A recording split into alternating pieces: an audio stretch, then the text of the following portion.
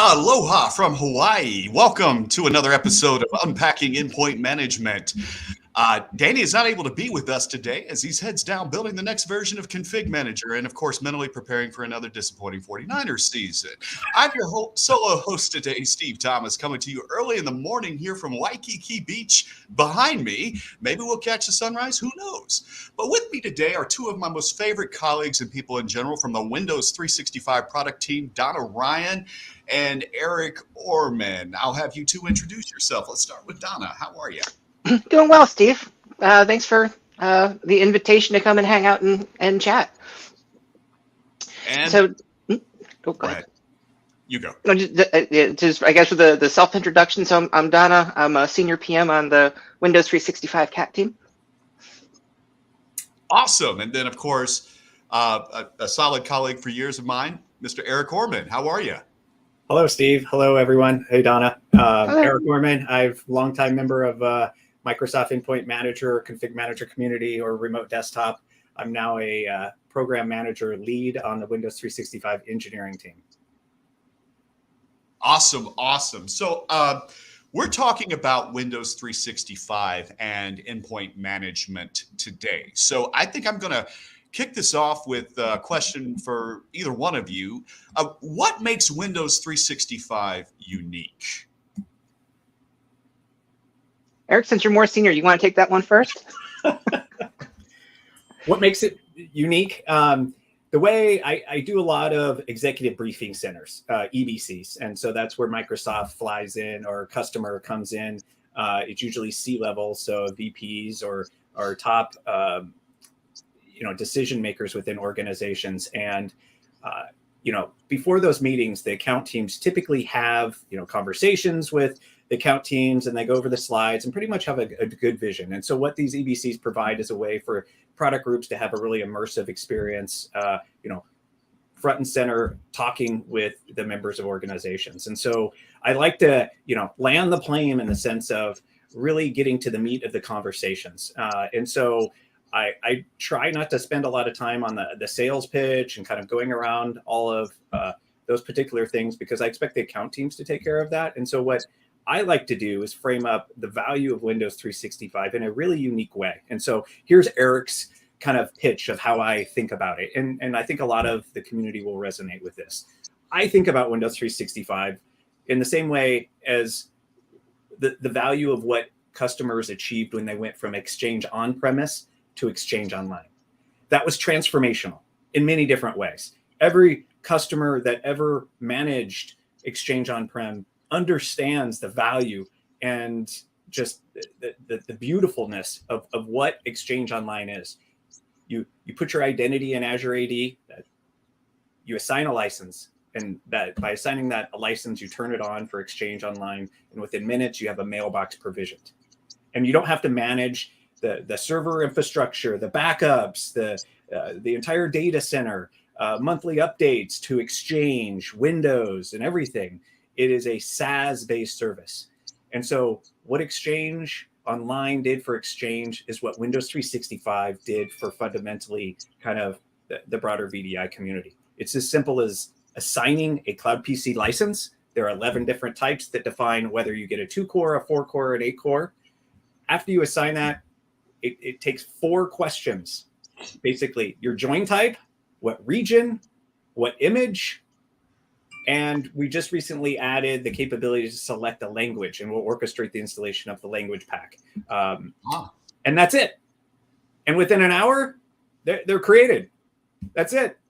You don't have to go and set up DNS. You don't have to go out and set up all of this infrastructure. If you know how to do a licensing assignment, and if you're somewhat familiar with MEM today of how to create, very basic things and answer 4 questions, then fundamentally you already know how to get started. That's the way I like to think about it. And so it's as simple as doing that after an hour. Then you can easily navigate to office.com, the same place that you go to get your Outlook webmail or your Teams web client or your OneDrive online. And within that waffle in the top left corner, you click on it, and then you'll see a new Windows 365 app in there. You click on it, it'll show you, and I can demo this later, your Cloud PC. You click on it, and you're connected. So we have browser clients, we have full desktop clients for Windows and Mac, we have clients for iOS and iPad, and also Android. So whether you're using the browser client or any of those, you can connect to Windows 365 in the same way that you get the value of OneDrive. Wherever you are, you're able to access your cloud PC. And that's what we call what really Windows 365 creates as a cloud PC. So there's my quick pitch to that, Steve. So that, that makes this very attractive to, CIOs and CTOs, even CISOs, this concept of a cloud PC as opposed to simply VDI in the cloud. I think for a lot of folks, especially the customers I work with state and local governments a lot. And, this notion of I don't need to hire somebody necessarily to do this because, Microsoft, we're outsourcing all of the infrastructure and all of the infrastructure creation and management to Microsoft. And we're just simply getting, as you said, a fixed cost desktop as a service, as opposed to having to go through and set up and architect the infrastructure and deal with that. We have like 4 or 5 questions to answer, and then bam, it's there. I guess that's what we mean by a cloud PC as opposed to simply VDI in the cloud, wouldn't you say? Yeah, certainly. A cloud PC is a new paradigm. If you watched any of the videos from Scott Manchester, he's my the main person, our partner level GPM that gives a lot of sessions with Jeremy Chapman, and you'll see around the mechanics videos and such like that. And Satya also talks about a cloud PC as a new paradigm of computing. To kind of think about it, it's like everyone scratches their head. What does that mean? So let me kind of just land the plane a little bit in a different way and speak to kind of another angle, because everyone hears those talking points. But what I usually find is people are trying to figure out, what does that mean at the end of the day? Well, a cloud PC is very much like it's Windows 10 Enterprise or Windows 11 and should be managed like that. It's running in Azure. The same way that you govern your physical PCs, Windows 10, Windows 11, with MEM, because every Windows 365 Enterprise cloud PC has a requirement for MEM. So that's the management control plane. So in the same way that you manage your physical endpoints with MEM, Microsoft Endpoint Manager, the same policies, settings, configurations, you're going to be managing your cloud PCs in the exact same way. The great benefit of a cloud PC is it has some additional superpowers. Like, because it is running in Azure, we could do things like resize. So if you start off with the 2-core SKU, we can, and you find that is underpowered, we can resize that to a 4-core or even an 8-core. Or soon, later this month, we'll have the ability to go downsize, where maybe certain people don't need an 8-core and they wanted it. You can reduce them back down to a 4-core. And so you have point-in-time restore. You have other capabilities. I call them superpowers because they are running in the Azure data center, and we have the management control of those endpoints, as opposed to physical, which are in the wild, and you don't have access necessarily to those all the time.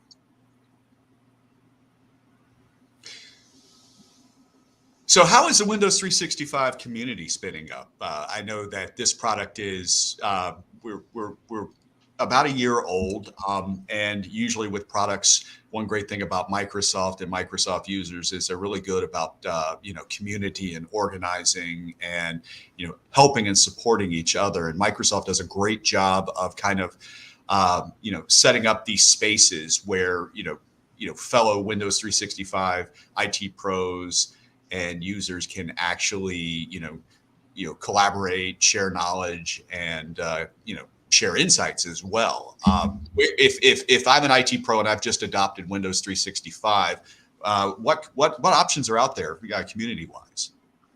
Well, we've got the we're doing our Windows in the Cloud series that Christian Brinkhoff has, which interviewing various folks from within Microsoft. We've started onboarding actual Windows 365 MVPs as well. And so throughout the social media space and their own personal blogs, GitHub, you can find those folks out on Twitter. Events like this, I know we're starting to really get out to the in the conference space. I believe Eric and Christian are going to be at was at Workplace Ninja Summit next week, and so between the usual haunts of the community, the conferences, the Twitter space, we're there. We've also have the W365 community newsletter that myself and some of the MVPs have been putting out to help spread the word of the new features, what's coming in, what cool things you can do. Awesome. We have a question from Bojan on the tech community. Is there an equivalent to the EPA product from Citrix, like for Windows 365, a tool that checks patch level, AV status, etc.? He was wondering if there was something like that for Windows 365. I think that's a good segue to kind of talk about Endpoint Manager and the value that brings to Windows 365 as well, with regards to managing our cloud PCs and keeping on top of them. Want me to take this, Donna? I got it. Yeah, and I'll tag team on anything that go ahead. Yeah, I kind of alluded to this because I saw that question earlier. Windows 365 Enterprise, and there's another flavor called Windows 365 Business. I'm not going to talk really about business because the only requirements that has is that you have an identity in Azure Active Directory and you sign a license, and it automatically provisions and creates. You get less control, and there's a good comparison doc out on our document library that compares the two. I'm going to spend the bulk of our conversation talking about Windows 365 Enterprise because that's what majority of you will all use. And Windows 365 Enterprise has a requirement for fundamentally Microsoft 365 E3 and above. So that has that licensing pack includes MEM, Intune. It also includes Azure Active Directory Premium, which gives you conditional access. It gives you a whole lot of value in the sense of that. And so all Windows 365 cloud PCs, the Enterprise, are MEM managed. So you get the full power of Microsoft Endpoint Manager as the management control plane on those cloud PCs.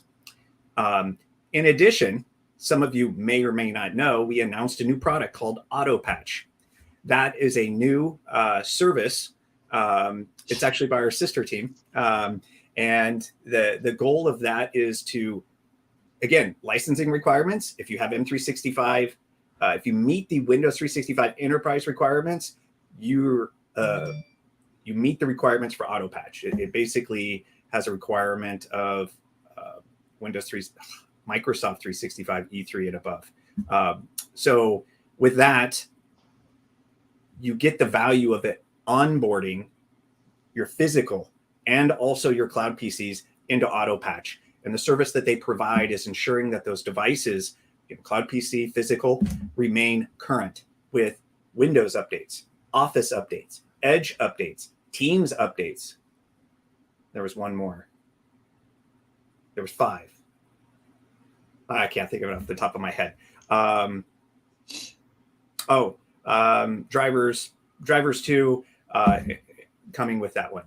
So the whole point is ensuring that it keeps your, whether cloud PC or your physical endpoints. And so it's a great complement in the sense of thinking about, hey, can we as an IT organization offload a lot of our patching now that there's this Autopatch service? So I think I answered the question and teased up maybe some future opportunities, Steve, to have various people come in and talk about the value of Autopatch and what that means in the broader scope of the community. Absolutely. So what about a lot of our, talking about enterprise customers, a lot of our enterprise customers, see the value of a cloud PC as a way to just have for, certain use cases, an identical PC to a physical device for a specific user or for users who might be temporary workers, and they manage their estate with not just the Intune version of Endpoint Manager, but also they're co-managing. Can I also co-manage my Windows 365 cloud PCs? Absolutely, you can. Yeah, we absolutely support co-management. Configuration Manager is a fantastic solution. It's not going anywhere.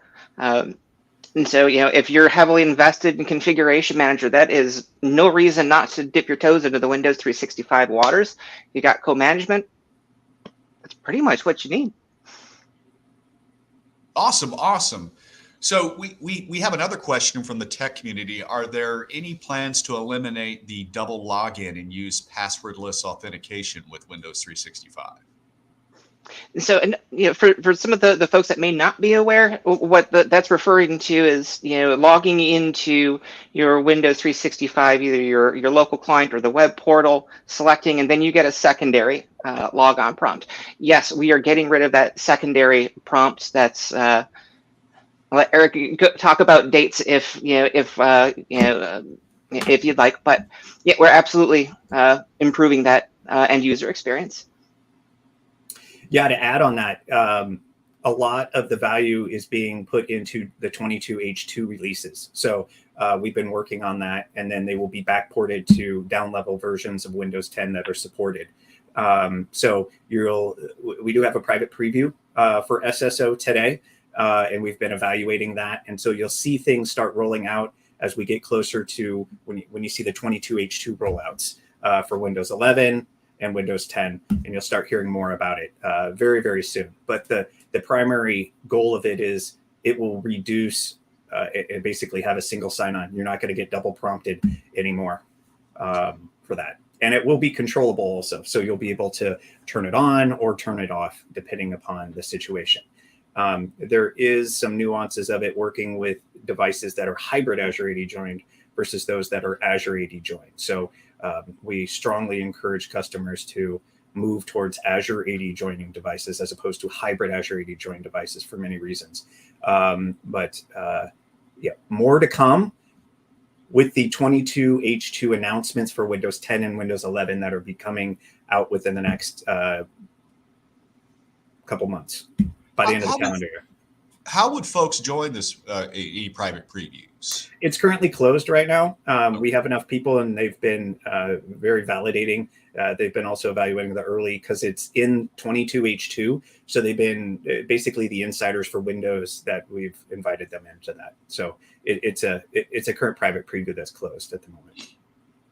Don, I want to circle back. You mentioned a newsletter to help keep folks informed on the latest with Windows 365. How do people sign up for that? Easy. You can go just in your browser, open up at w365community.com. There you'll see our weekly newsletters, a few posts, the folks that are involved, the MVPs and the Microsoft people that are part of this. It goes back almost to the beginning of the Windows 365 launch. So you can go in there, sign up for the newsletter. That'll hit your inbox every week. We depending on where in the world you live, it may end up in your inbox late Thursday or early Friday, but we're putting that out weekly. Awesome. So is that also a good way for our customers to kind of keep up with what's going on with the Windows 365 roadmap?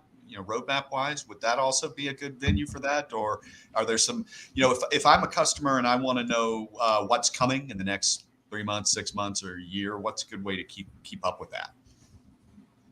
I would probably point folks over to the public roadmap, the M365 public roadmap, where we can, you can select the products. You can select Windows 365. You can also follow the aka.ms link, and that will let our customers know what we're anticipating on releasing.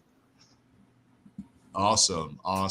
To add on to that, we've got a couple of different areas. We typically follow the same path as MEM in terms of their release and readiness cadence. And so you'll see things out on that link that you had posted at the roadmap one. We have a public roadmap on the M365 roadmap. We also have on our docs page 2 very important docs. We have our what's new, and we also have but what is the other one called? In development. And so you'll see some things move from our public roadmap to our in development. It just means we're getting closer to the release of that. And then, of course, when we release, then it goes on our what's new doc.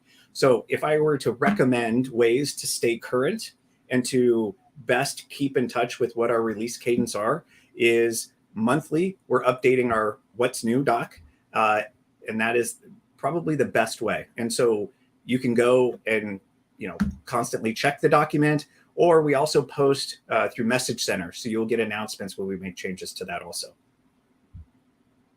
Excellent. So obviously the world changed and we live in this hybrid world, and a lot of that is going to be here to stay.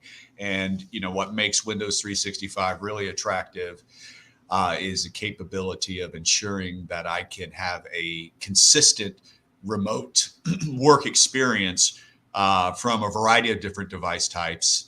I don't necessarily have to worry too much about the end user device because the experience is going to be completely in the cloud. With that being said, a lot of us, when we do remote work, we're relying heavily on Microsoft Teams for a lot of our collaboration, and there's a lot of audio and video with Teams.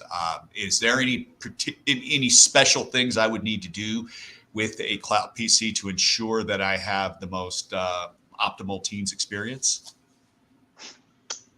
So what I would check on for an optimal Teams experience is ensuring that you have a service called Webrtc installed and up to date. That actually handles a lot of the video and audio handling to actually ensure that you can have a high quality experience. If you're using our gallery images today and you're deploying that with the M365 apps, it's baked in, it's included, you should be good to go. If you're deploying just the standard optimized without, and then you install Teams as a secondary, then you'll want to check just to make sure that that's there, because I don't believe that we're including that within the gallery. If you're using custom, make sure you include that in there. Okay. One other thing is make sure you use the desktop client, not the web client, because the desktop client is the only one that is able to take advantage of those Webrtc optimizations and that redirection. So desktop client for Windows supports all of that. Plus the desktop client is more robust. It supports multi-monitors and everything. So if you want to get the best experience out of Windows 365, the desktop Windows client is the best.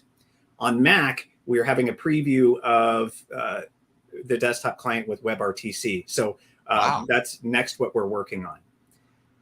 I would, the web client does not take advantage of those optimizations. So use the desktop client. That's good to know. Second point, we also have a new capability coming out. It's currently in preview called Mmr Multimedia Redirection. And this is a specific browser plugin. So if you're using Chrome or Edge in your Cloud PC, you can install the Mmr plugin. And what it basically does is very similar to what Webrtc does. Is it, instead of playing the video on your Cloud PC and then the remoting connection, capturing that and resending it, it just redirects it. So it's just a redirection stream. And so because of that, it's causing less overhead and you're going to get a better experience. And so that's another optimization that you can have that is really specific to leveraging browsers within your Cloud PC. That's awesome. We got a lot of security related questions here. Oh, those are my favorite. Yeah. Is there a way for InfoSec admins to obtain access to Windows 365 for forensics investigation? For example, in Azure Virtual Desktop, they have access to VMs that can do forensic investigations there when required. Yes, we can.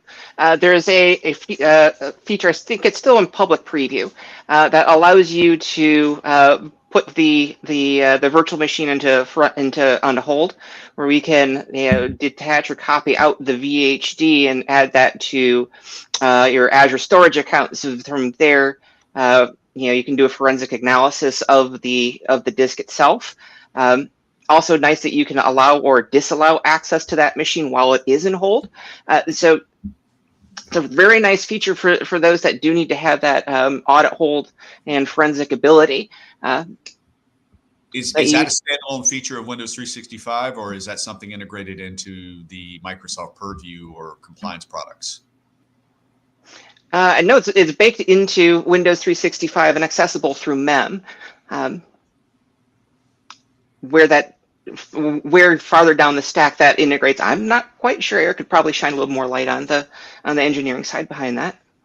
Yeah, it supports full e-discovery in terms of everything. So the best, I think we have some additional docs that are coming out to answer that question in a greater depth, Steve, soon. So that's as much as I have on it. All right. So kind of similar to that, for a lot of our federal and government customers, when will Windows when and if Windows 365 is going to be available to them as potential option for our government sovereign clouds? I could take that one. Yeah, you took that one. It was actually announced. Satya announced it. We have it also communicated in our public roadmap. So if you go out to the M365 roadmap that we were talking about before, you'll see it listed out there. And so we're targeting towards the end of this calendar year. Awesome. So very, very soon on that. I know you've been waiting for that, Steve, quite heavily. So as your customer. So I'll say it's not years, it's not months. We're down to just weeks at this point in time, where we're putting the final touches on everything, final validations before we ship that public preview. So watch the what's new. Awesome. Well, a lot of going back to the challenges of resources within a lot of government agencies, procuring the resources and the time and the bandwidth to necessarily stand up some type of virtual infrastructure. This concept of an easy button Cloud PC, 4 to 5 step provisioning solution is really, really attractive for those environments as well. It is. You know how attractive it is, Steve? Our number one problem that it's solving for our customers today that I hear is supply chain issues, specifically for contractors. The challenges with supply. Organizations typically will purchase physical PCs, ship them to the contractors. So they need to bring them in-house. IT gets it ready. They ship it to the end user. They do contractor. They boot it up. That all takes time. With a Cloud PC, within an hour, you can create a Cloud PC. And that contractor then can connect to that Cloud PC using whatever device that they have. They can use their home PC. They can use however. And they're able to leverage that really bring your own PC type kind of model, but yet they're able to provide access, an organization to a Cloud PC within their corporate environment in minutes. Generally an hour is about the time it creates a Cloud PC. There's kind of some nuances between hybrid Azure AD join and Azure AD join, but just our talking point is really around an hour that you'll be able to create a Cloud PC. And then it's available immediately for them that same day. And then when you want to do reclaim, you don't have to worry about hardware failures. Right. If something goes wrong, the keyboard is bad, or I lost the battery, the power cable, the dog ate it or something. You don't have to worry about that with a Cloud PC. So hardware maintenance goes away. The other great thing is reclaim. That was another great thing is, when that contractor's time ends, trying to reclaim that physical device, send it back to us. That's a challenge. Well, with the Cloud PC, it's really as simple as going into the MEM portal, finding your Cloud PC, and clicking on that deprovision. And now that license is reclaimed and you can reissue it. So it makes for a very, very attractive scenario of addressing multiple different problems, whether it's supply chain issues with physical devices, temporary workers with contractors, yes, and then add some spice in there with the bring your own PC on it. Well, it minimizes insider risk and other issues when you talk about that, because there's no lag time between disengagement and asset reclamation, as you said as well. So that makes this very attractive. especially for agencies that deal with critical infrastructure, for example, that need it for many reasons, not just insider risk, but reliability as well, and accessibility as well, and portability. Being able to work from anywhere, literally from a variety of different devices. The exact same talking points for OneDrive. I mean, when we talk about the value of taking your files, if you're using map drives today, put your stuff in OneDrive, because the value of OneDrive is it's versioned, it's backed up, like basically, so it prevents ransomware attacks. It's accessible from more locations. So when we think about the value of what the Office services provides, you can draw so many parallels to the value of what Windows 365 provides on top of that. You're able to access your Cloud PC from more locations at any time. It's like multiple different. So there's a lot of value out of that. And what's great is Windows 365 builds on the value of what Office has today. So M365 apps, leveraging everything, MEM, we're taking advantage. And often another kind of talking point that I usually use in EBCs is that what's great about Windows 365 team, and what I really like about it is our team gets to focus on the differential value. What I mean is we don't have to worry about the hypervisor and building an infrastructure and running a hypervisor, because we rely on Azure to do that. We don't have to worry necessarily about the management control plane, because we rely on them to do that. Going back to my talking point earlier, you're going to manage a Cloud PC in the exact same way you manage a physical PC. So the same settings catalogs, Windows updates, rings, and other configuration items that you're using in MEM today, or even co-management with config manager, apply to your Cloud PCs. And then the way that you can connect to those Cloud PCs. So it's been provisioned by MEM. It's controlled, management control plane by MEM. It's running in Azure 24 hours a day, 7 days a week. You're paying a fixed cost. The way that you connect to it is governed by Azure Active Directory and conditional access. And it's using the same clients that AVD uses, which is backed by the industry-proven remote desktop protocol. It has been for me at work, it has been a lifesaver many times, because, when you're like us and sometimes are forced on our devices into a lot of the early dev builds of things like Teams and Windows, you want something that is consistent and reliable. And for the longest time, my Cloud PC has saved me on many occasions, especially if I'm dealing with an early preview of Teams and I need to jump to a really critical call. I just simply log onto my Cloud PC. And of course, one of the reasons why I want to emphasize that, existing enterprises using either Intune or co-management for managing their devices, it's great, because once my Cloud PC was provisioned, and you're not lying, within an hour, not only did I have a PC, but I had all my files, because I use OneDrive known folder redirection. All of my apps that were previously assigned to me were there. And, you add that with a client, Surface Pro X, my most favorite device, running on an ARM processor. And, I have 12 hours of portability right there, just simply using, the only thing I'm using is my RDP client, and relying pretty much heavily on the Cloud PC for the workload.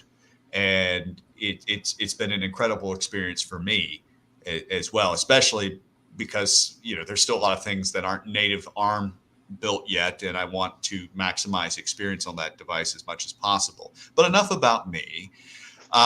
Let's talk about feedback. What's the best way for people to tell you what they need from Windows 365? Donna, you mentioned earlier that you are part of something called the CAT team. Yes. And I'm not just, my eyebrows aren't just raised because I have 5 cats and I'm a crazy cat person. I'm kind of curious as to what is the CAT team for Windows 365?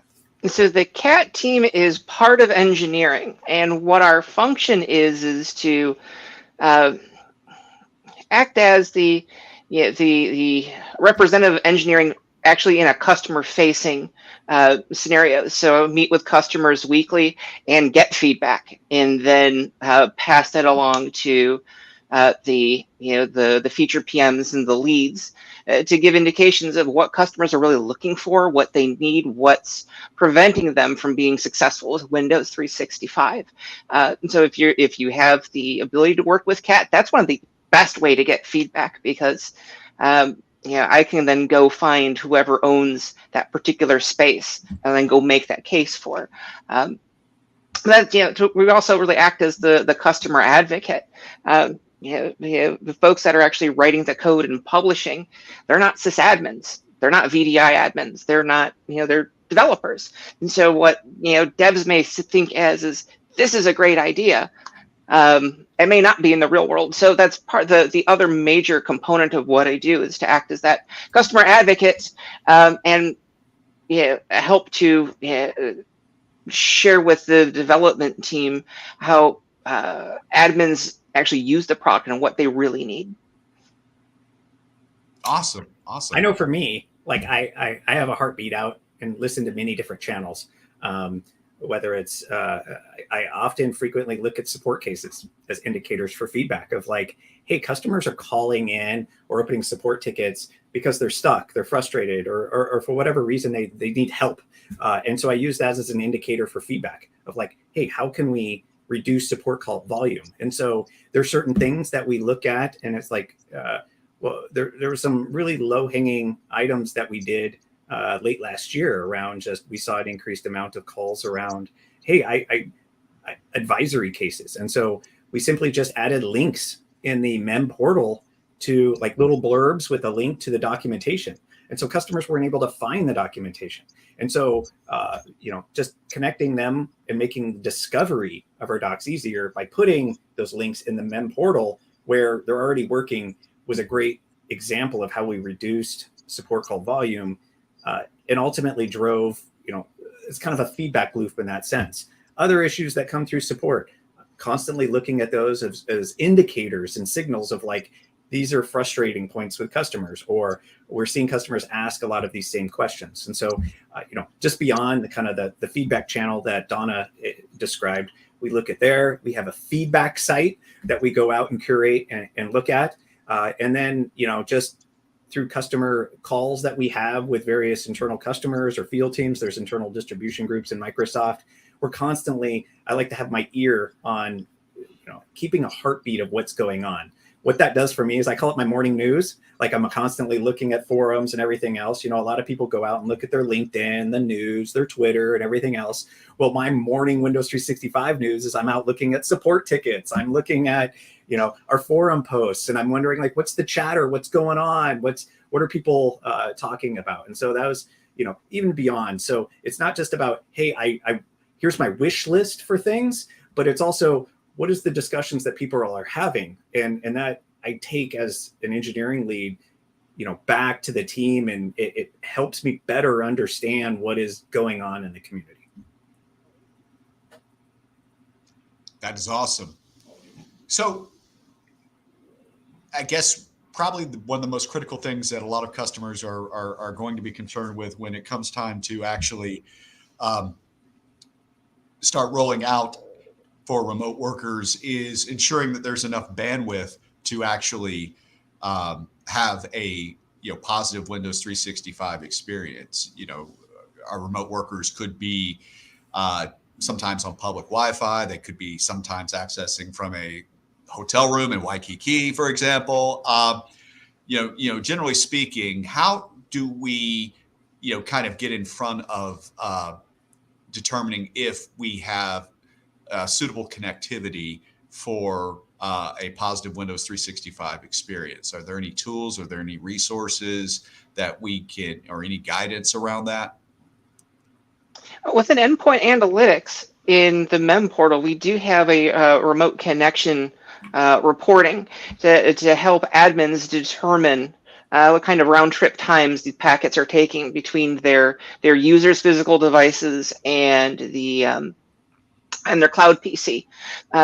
What we can also do too within the Windows client in the connection bar, the little blue RDP bar that kind of pops down. There's a little icon with a cell phone signal. You can click on that, and that can also tell you which protocols you're connecting to, whether you're on TCP or UDP, your current latency. So we have those in there. I think we've got something coming up for preview. I'm not sure.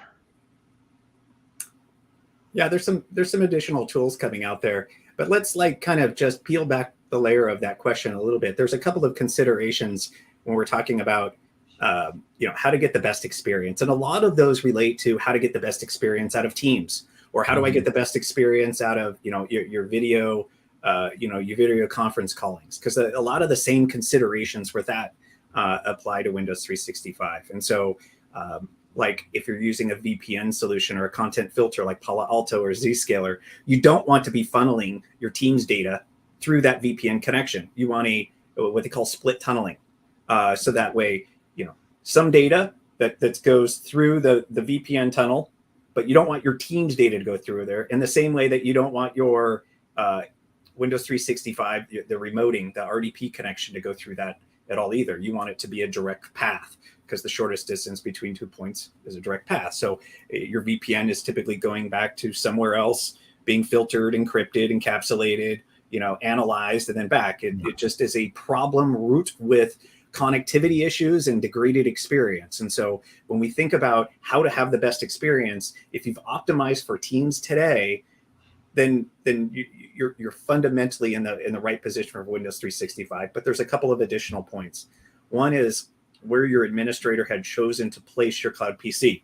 If you're in Australia and your Cloud PC is in Europe or America, well, of course, there's going to be a higher amount of latency within that. So your physical proximity of your location to the Cloud PC is one consideration point. Another one is around some improvements that we recently made, and it just went GA, was short path. So our connections today natively are hosted through a relay. So when I go to connect to my Cloud PC, I'm making a connection from the client to a relay, and your Cloud PC makes a reverse connection to the relay. So it's more of a rendezvous point, kind of like taking two shoelaces and you tie them together, and where they tie is the relay point. Well, and the whole session is connected between that. Well, with a short path, it's now a peer-to-peer connection. So there is these orchestration points where it'll attempt to do a peer-to-peer, but if not, it'll fall back to relay. And of course, the great value of that peer-to-peer is that it will provide a shorter distance, a direct connection, and many more optimizations. And so we'll be coming out with some configurations in that, even some new Azure network connection checks in order to help explain and provide a greater awareness to the value of enabling short path. It'll be enabled soon on all your Cloud PCs by default. And so it's something else to keep an ear out for something coming out here very, very soon in terms of the connectivity improvements that we have. So those are kind of two big considerations to have in terms of that. Impressive. I also heard about the RDP short path innovation and was pretty excited to hear that as well. So are there other cool things that are coming up really soon that you could possibly talk about, or is that still under wraps? Ignite is right around the corner. Good answer. I tried. Yes, you did. You did try. Yeah. It's in a month, October 12th, the week of that. Ignite is the, huge IT event where a lot of products announce big things. And so that's the best place to, keep your ear out for that. So we've announced kind of some really cool things here. I know that there's some other features that we're currently flighting internally with internal Microsoft and our self-host that we have. And those are going to be coming out here towards the end of the month. So there's lots of goodness coming out within the next month. And Ignite, you'll hear about a lot of those different things. And so I would cue that up in terms of the best way to, to your question, Steve. that's the best place to hear. So we have a follow-up question from Michael, kind of talking more about, positioning, provisioning and positioning VMs from a regional standpoint. When you're selecting the region for a Windows 365 provisioning policy, should the customer or user select a region closest to their user? In the case of a regional or global org, are there any best practices or things to avoid? A good scenario would be, offshoring for 24/7 services, and the customers may be US based, but the resources may not be US based. The resources may be over in Asia, for example. What are some recommendations and guidelines about those type of workers accessing remotely? Should we position the should we position the VMs closer to them, or what are some guidelines, or what are some of the customers doing there?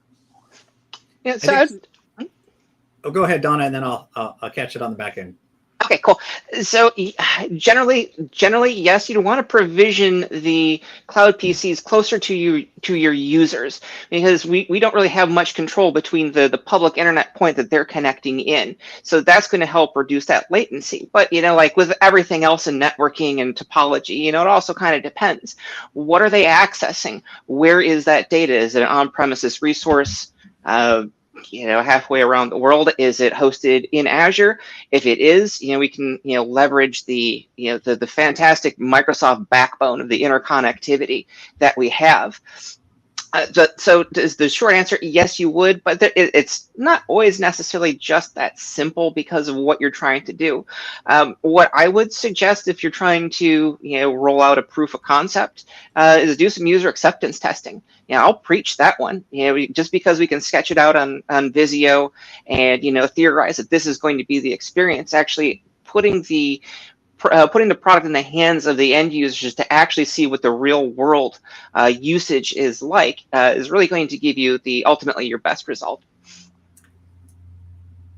I'll say like a really good, put your finger up in the wind and kind of do that analysis is azurespeed.com. It's a website that's been around forever, and it tests your current latency to various Azure data centers. And so, measuring the latency is a really good, indicator. If it's less than 100 milliseconds, then you're considered good in the sense of that. You'll be getting a good experience. So I would say that's probably the easiest, finger in the wind type thing. But at the end of the day, you're only as fast as your slowest link. So yeah. You can make the decision in terms of the proximity. You can make the decision in terms of everything's optimized. But if that end user is on a home network that is congested, or if they're at a apartment building in the city and everyone's using the same Wi-Fi channel, you're going to have bleed and saturation. You can optimize everything down, but you're only as fast as your slowest link. So just keep that in mind in terms of that. I mean, that's the same considerations that you have with, getting the best experience on your Roku streaming, or, anything else in terms of your experience that you have. So that's just an inherent problem that you will have, and something to keep in mind. So yeah, especially if you're going to be doing multimedia collaboration, upload speed is going to be important there too as well. A lot of times, yep. if you have a connection where the download to upload ratio is drastically asymmetrical, some scenarios may work just fine, but then others you might start hitting up against that latency as well. So it's all great points. So, some of my customers that have been looking at Windows 365, they want to be able to, take advantage of the gallery images for certain use cases. And in some cases, they want to be able to use Windows 365 for developers. And they want to avoid dealing with custom images, but at the same time, development tools can be quite intense in terms of size and may take a while to actually provision from a management system. So they want to be able to, have the same rapid provisioning capabilities as Windows 365, but more so for developer scenarios. Donna, what options do we have for that? Well, so we've got a couple of options.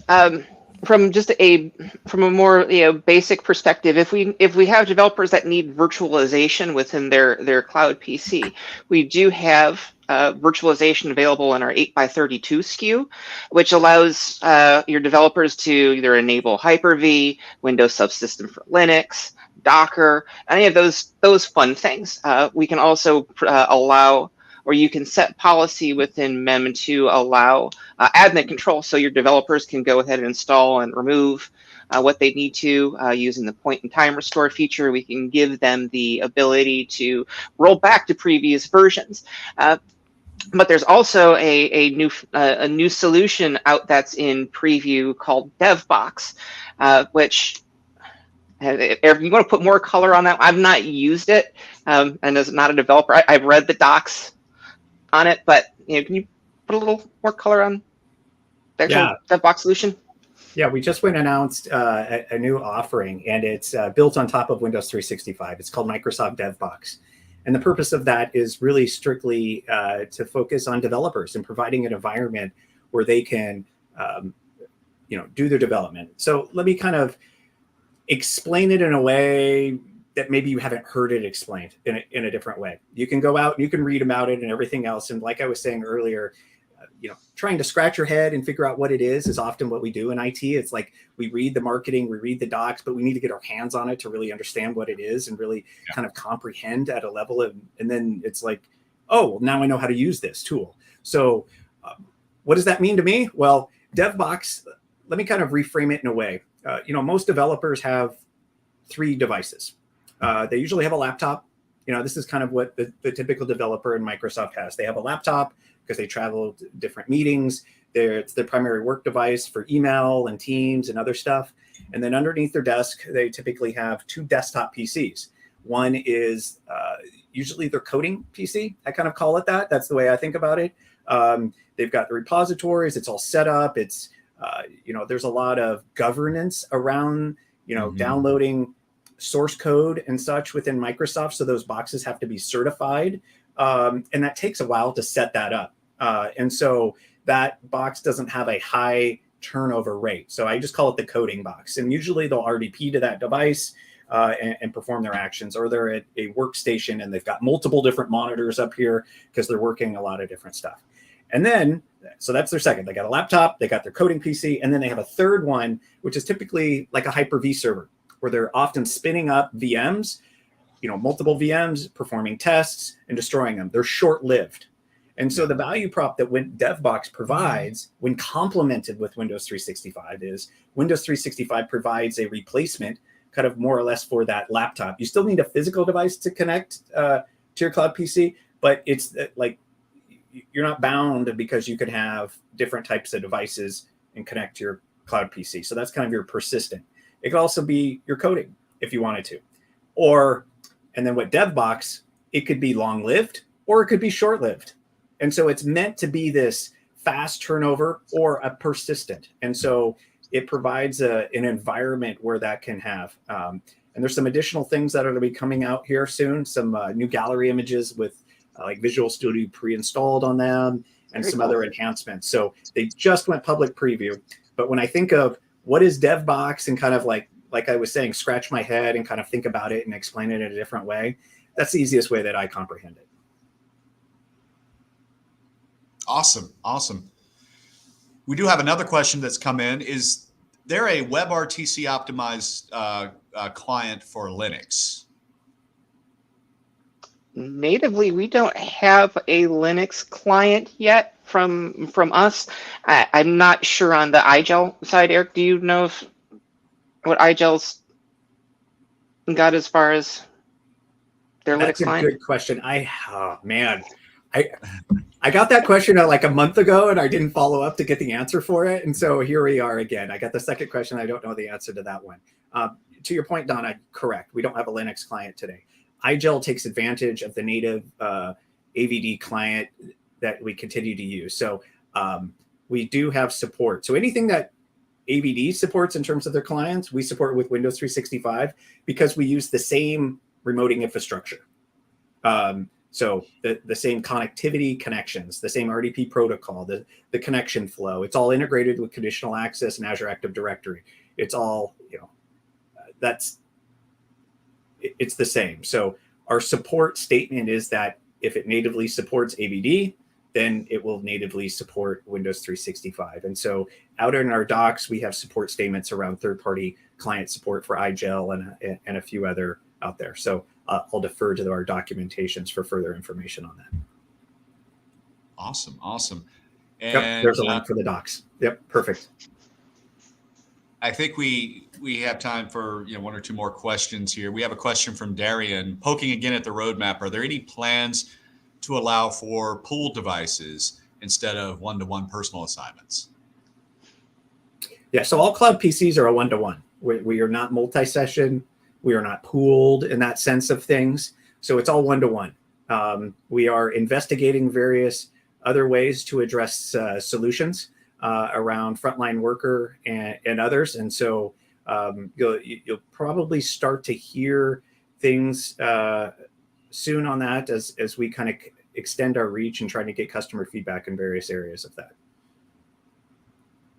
But no, awesome. I'll say in the sense of having like a multi-session or anything else, no, it's all one-to-one. Okay, so I think we're coming up to the top of the hour here, and I want to say I appreciate both of you coming, and this has been a really hot topic, and we're really happy to have you here to discuss this. And so what I'll wrap this up with is basically, Windows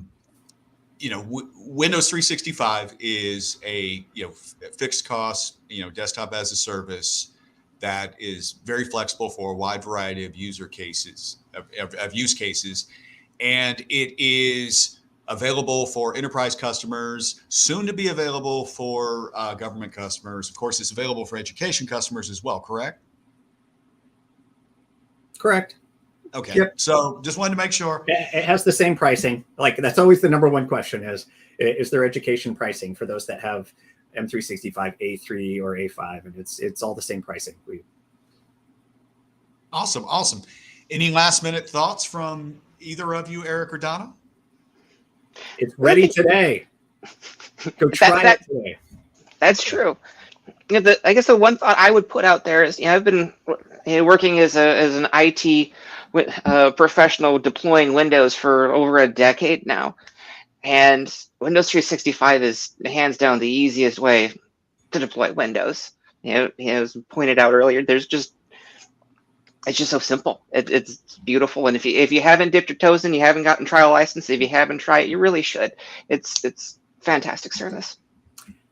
And you're probably wondering, well, that sounds all wonderful, y'all. How do I get trial licenses? Well, if you're a managed customer and you have a Microsoft account team, inquire with them. They'll help you get those licenses. If you're a non-managed customer, meaning you don't have a Microsoft account team, you could work with your partner.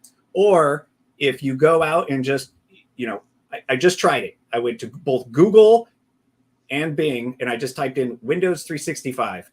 The first link that pops up is like a Microsoft link that says basically Microsoft.com/Windows 365. And there's a link in there that says try for free, try for 1 month. So there's a free trial link out there. So that's another way that you can go out and self-start a trial on that particular. Awesome. Well, we'll wrap it up there. Once again, thank you all for joining us for another great episode, another, really, really packed full of information episode of Unpacking Endpoint Management. I'm Steve Thomas, speaking for Danny Guillory, who will be back on our next episode alongside of me. Once again, thanking both Eric Orman and Donna Ryan from the Windows 365 product team for joining us today. Thank you very much. Thank you, Steve.